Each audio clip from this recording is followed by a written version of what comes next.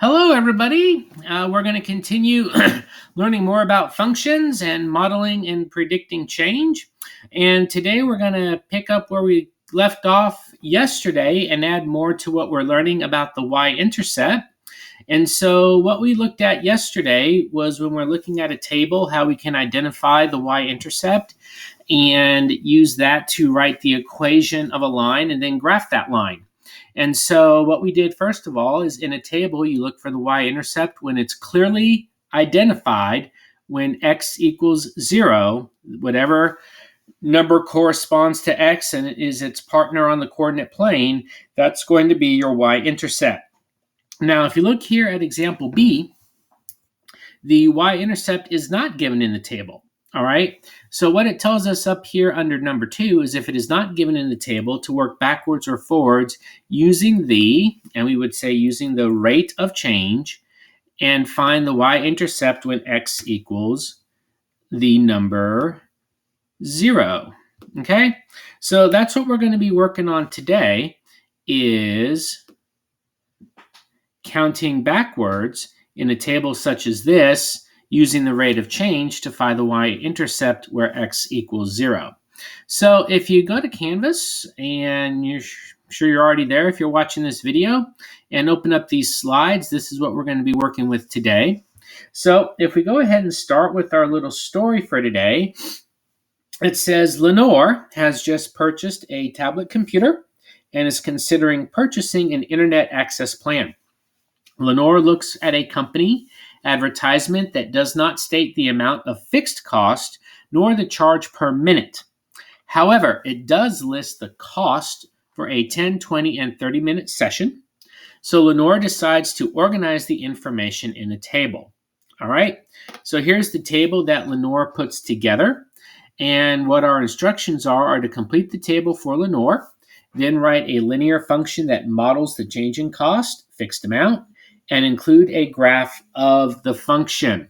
All right, so if I come over here, and I already have written out here the first table, okay, and in this particular table, x is going to be represented as the number of minutes, and y is the total session cost in dollars, okay? So if we simply look at this table, it's probably pretty easy for you to identify what your change in y is or what our rate of change is going to be. So I have 40 cents and 40, 70 cents to $1. So my pattern here is that I am increasing by 30 cents, okay? So if I'm going to count backwards to see what is this missing value here for my y-intercept, or the starting point or fixed amount in this particular situation. Since I am increasing by 30, I would count backwards. And when I count backwards, I subtract or decrease by 30. So 40 cents minus 30 cents gives me 10 cents. So that means my starting fixed amount is 10 cents. So if I never use the internet with this tablet, I'm always going to pay 10 cents. Okay, so if we go back over here to the table, we'll fill in our 10 cents.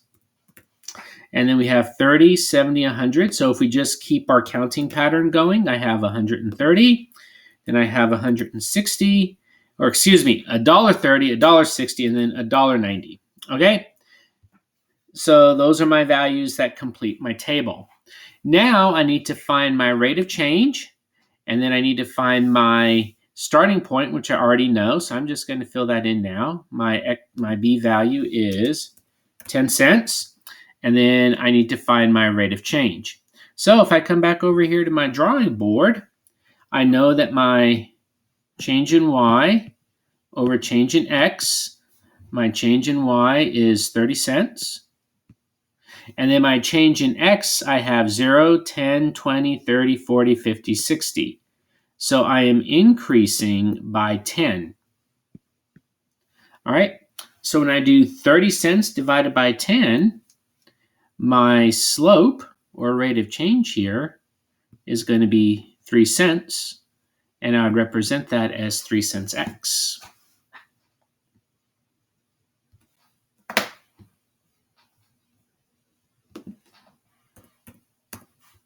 So then my function is going to be 3 cents x plus 10 cents. So that is the function that represents this. Now, if I come over here and go to Desmos,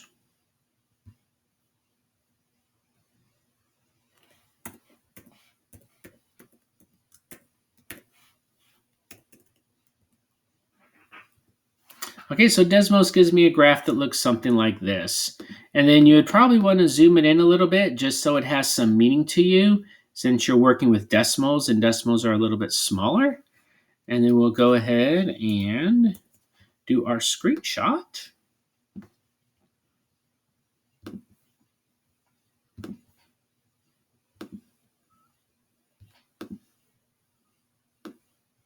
And just slide it right over there. So that's what her graph looks like.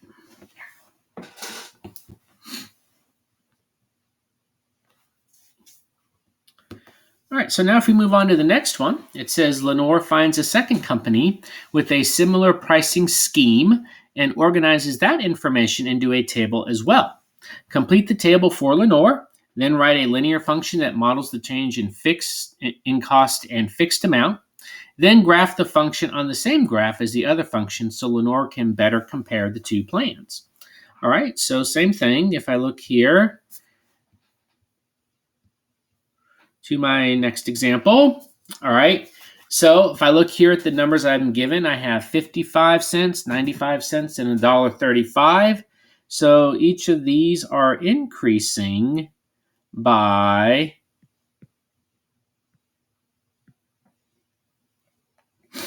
40 cents. All right. So if I'm going to find what is my starting amount or what value corresponds to 0 on the coordinate plane, I am going to count backwards. And when I count backwards, instead of increasing by 40 cents, I'm going to decrease by 40 cents. So 55 cents minus 40 cents gives me 15 cents. So that means my starting amount in this particular table is going to be 15 cents.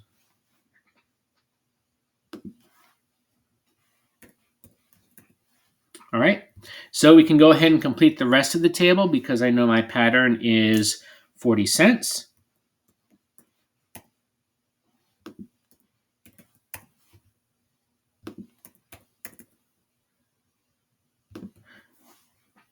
All right, so then I come over here and same thing, I need to find my rate of change, which is M.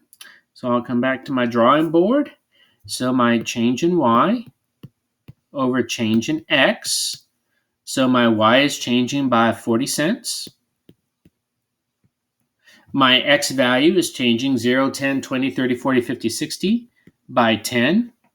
So 40 cents divided by 10 is going to be 0.04, which is my rate of change. And so for my equation, I'd write 0.04x. So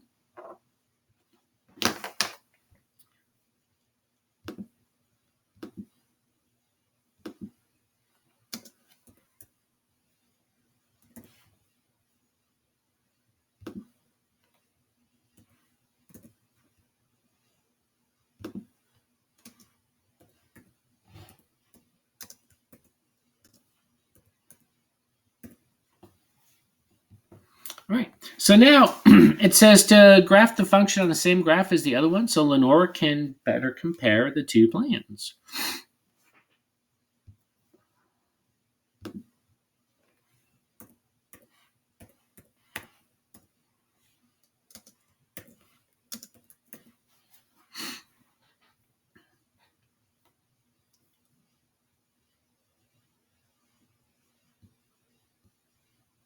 All right, so here's how you could graph both the plans for Lenore. You could zoom it in a little bit so she could get a better idea of how much she's paying per minute.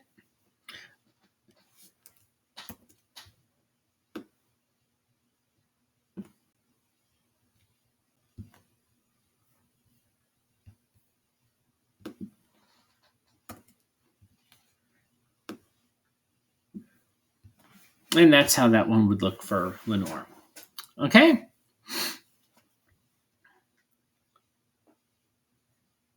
So for our last example, and this is what you're going to be doing for the rest of today. It says, given the following tables of values, write and graph a linear equation that represents each function. Okay, so if I go to this last example here about 3, 6, 9, 12 are my x values, and 8, 14, 20, and 26 are my y values.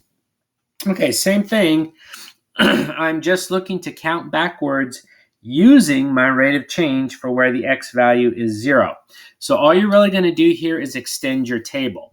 So if I look here first at my y's, I have 8, 14, 16, 20, and 26. So I am increasing by 6. All right. Then I have 3, 6, 9, 12. So here I am increasing by 3. So if I'm going to count backwards, I'm going to count back and extend my table to where x equals 0.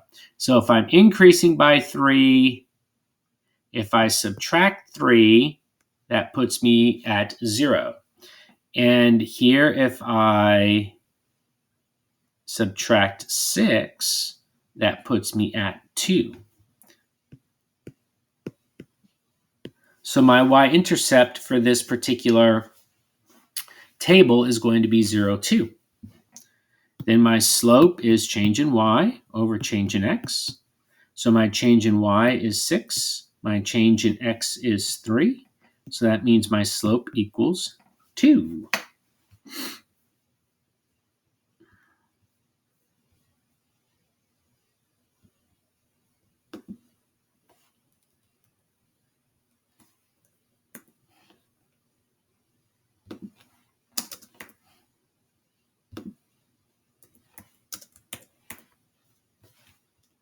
All right, so there's the linear function. All right, and then just like yesterday, what I want you to do is